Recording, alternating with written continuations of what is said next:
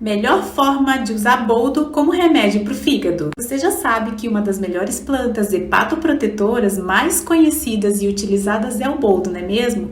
Mas atenção, pessoas que estão com o fígado inflamado, esteatose hepática em grau avançado, tem que tomar um pouco mais de cuidado. Então, estimular demais esse fígado já inflamado não é uma boa opção. E o boldo tem essa característica. Mas e aí, Nutri, como que eu vou utilizar a folhinha de boldo ali do meu jardim, da minha horta?